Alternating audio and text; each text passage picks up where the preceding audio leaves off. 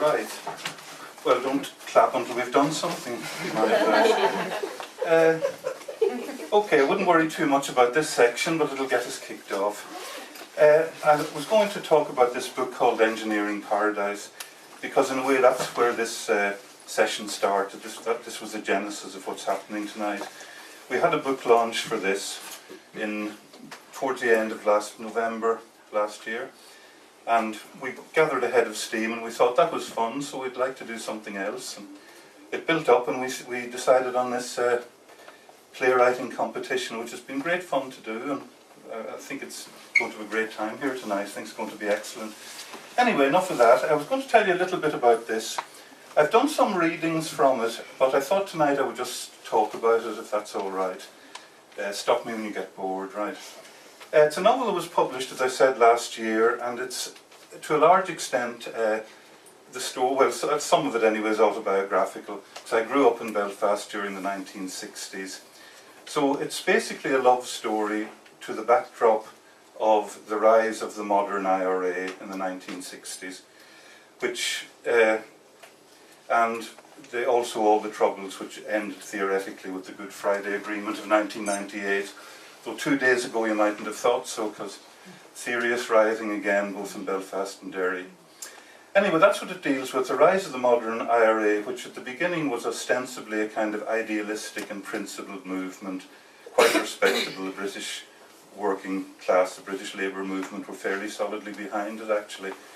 Then the split that led to the emergence of the provisionals, the murder gangs, the true killing machines of the 1970s and later, and drawing its strength from the fear and feeling of threat of the Catholic population in Northern Ireland, you know, who didn't trust any wing of government or civil authority to save them from their neighbours, who made no secret of the fact that they'd be happy to burn them out or better still kill them. So the whole thing grew up, and that's what a lot of the story is about. And I've tried to show how all kinds of people got drawn into the things that were going on at the time, because their understanding of it all was conditioned by the rhetoric of these people who were promising to protect them, but whose motives were very different to that in the end. So we have the young boy growing up in Belfast. We watch the fading of his youthful idealism and his growing realisation that he's made a kind of Faustian bargain from which there's no escape. Now that's a big thread in the story, and actually it's the one that's received a lot of attention, and for which I'm grateful, because it's got good reviews on that side. But there is another thread, another major thread, which I think has been neglected, and I want to push it tonight, and I'm really just going to talk about it. And it's a lot more optimistic and joyful, this particular thread. It's namely the attempt to reconstruct in rural Wales a copy of Gerrard Winstanley's commune that he created in the middle of the 17th century, very close to where we're sitting actually. The people called the Diggers, which you may have heard of through songs that were written about them. Billy Bragg sang a song called The World Turned Upside Down. It was written a long time before he performed it, written by Leon Russellson in the 1970s. But he made the idea of the Diggers, he made the Diggers struggle quite popular for a little while, but it didn't last, and most people didn't know what it was about, let's face it. So I'll try and say a little bit about Winstanley, because he's a very, very interesting person, I think. Now, the action of my book takes place in the 1960s, the age of free love, flower power, hippiedom, student protest, ban the bomb marches, riots in the streets of Paris and elsewhere, Martin Luther King, his speeches, his rise to prominence, the Vietnam War protests in America, Bob Dylan telling parents that their sons and their daughters are beyond their command, the times they are a-changing, and a whole new order represented by the youth of the whole world is about to take over. That was the feeling of the age, and if you've ever taken an interest in British history, you can't fail to be struck by how similar that is to the time of Oliver Cromwell, back in the middle of the 17th century, when the common people, represented by the parliamentarians then, rose up and beheaded their king, and they were supposedly on the brink of redesigning society for the benefit of the common man instead of the kings and the aristocracy and the generals. Everything was up for grabs then, just like the 1960s. It seemed to be just a matter of deciding what future people wanted and creating it. Well, it didn't happen then, and it didn't happen in the 1960s either. But a man named Gerrard Winstanley that I mentioned, he not only tried to put his particular socialist pacifist ideals into action, he also wrote some of the most radical and, I think, inspiring political texts of all time, now largely unread. Although Tony Benn has actually just recently edited Winstanley's complete works.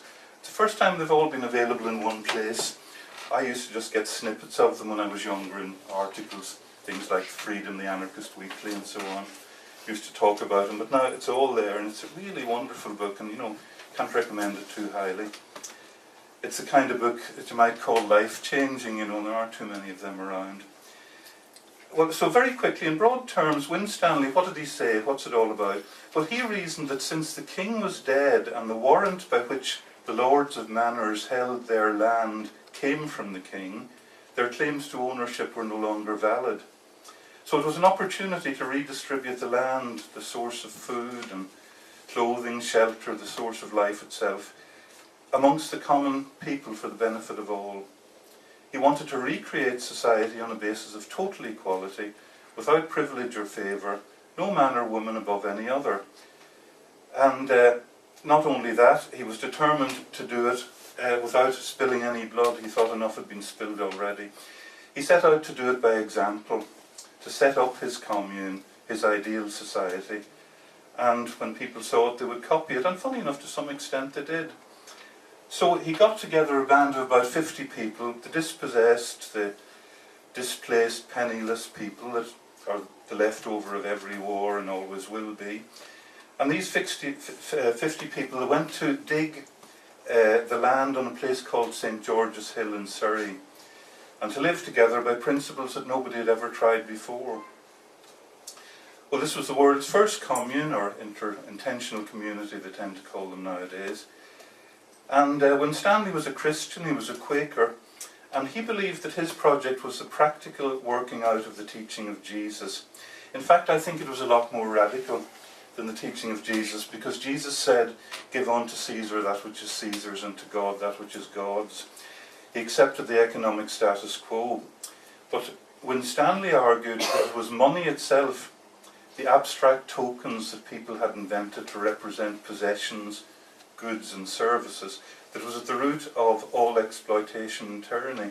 Because as soon as you make these tokens and you make them to represent what everybody needs, then it's inevitable that some people will collect more of these tokens than others. It's absolutely inevitable. And so there is the means by which they're going to exploit their fellow humans and enslave their fellow men and women. And incidentally, he was strikingly careful to include both genders in everything he wrote, which is again amazing for 350 years ago, I think. So Winstanley wanted a free acquisition economy without money, where people worked for the common good because that's what they wanted to do. It came down to human dignity. If you wanted to have self-respect, of course you would work, He couldn't see any problem in that. And the land, the earth itself, was to be owned by all and by none, like the sky or the sea. That was his idea. I'll just read you a very few of his own words, if I may. "Was the earth made to preserve a few covetous, proud men to live at ease, and for them to bag and barn up the treasures of the earth from others, that these may beg or starve in a fruitful land, or was it made to preserve all her children? None ought to be lords or landlords over another, but the earth is free for every son and daughter of mankind to live free upon. For freedom is the man that will turn the world upside down. Therefore no wonder he hath enemies." That's where the phrase "turn the world upside down" comes from, that Billy Bragg and Leon Russellson latched onto as the title for their song. One last bit of Winstanley, and then I'll move quickly on. "The power of enclosing land and owning property was brought into creation by your ancestors by the sword.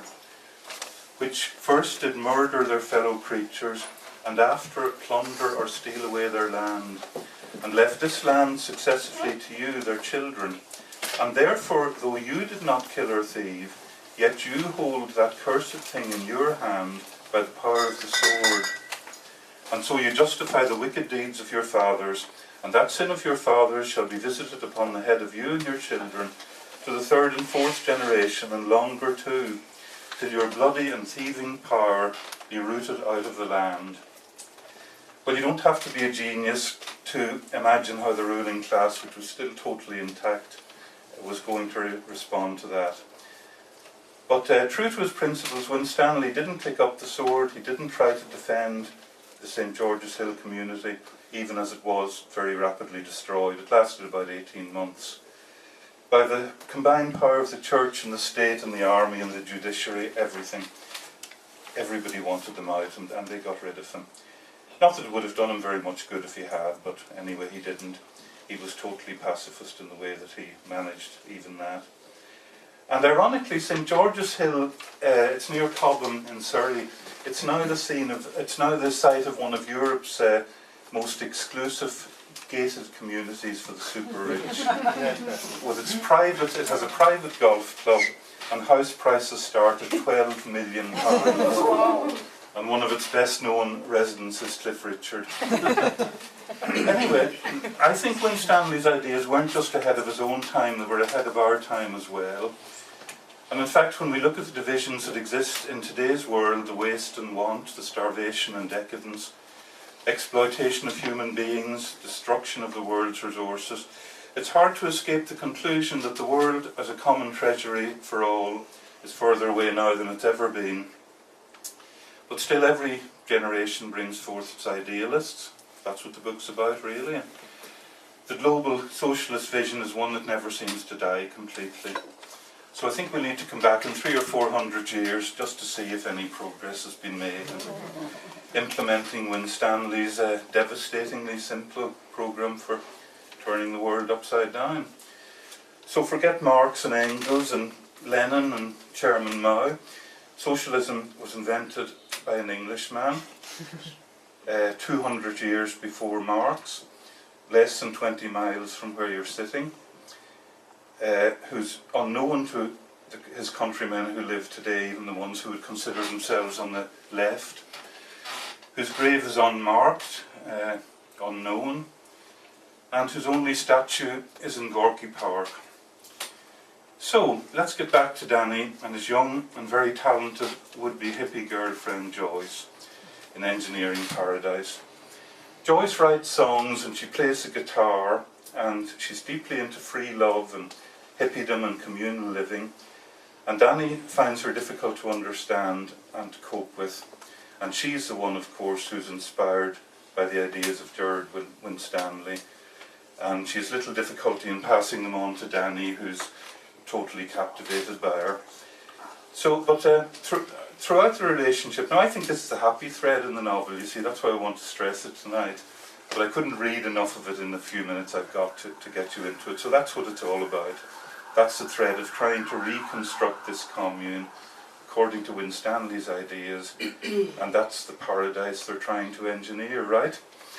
But anyway, throughout the relationship, she explains herself to Danny and to us, largely through her songs.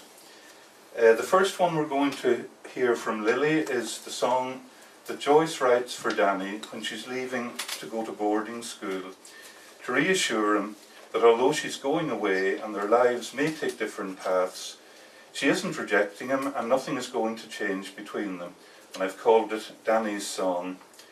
Now, I was going to introduce Lily by saying that she's an amazing performer for her age, but when I thought about it, I decided that isn't true.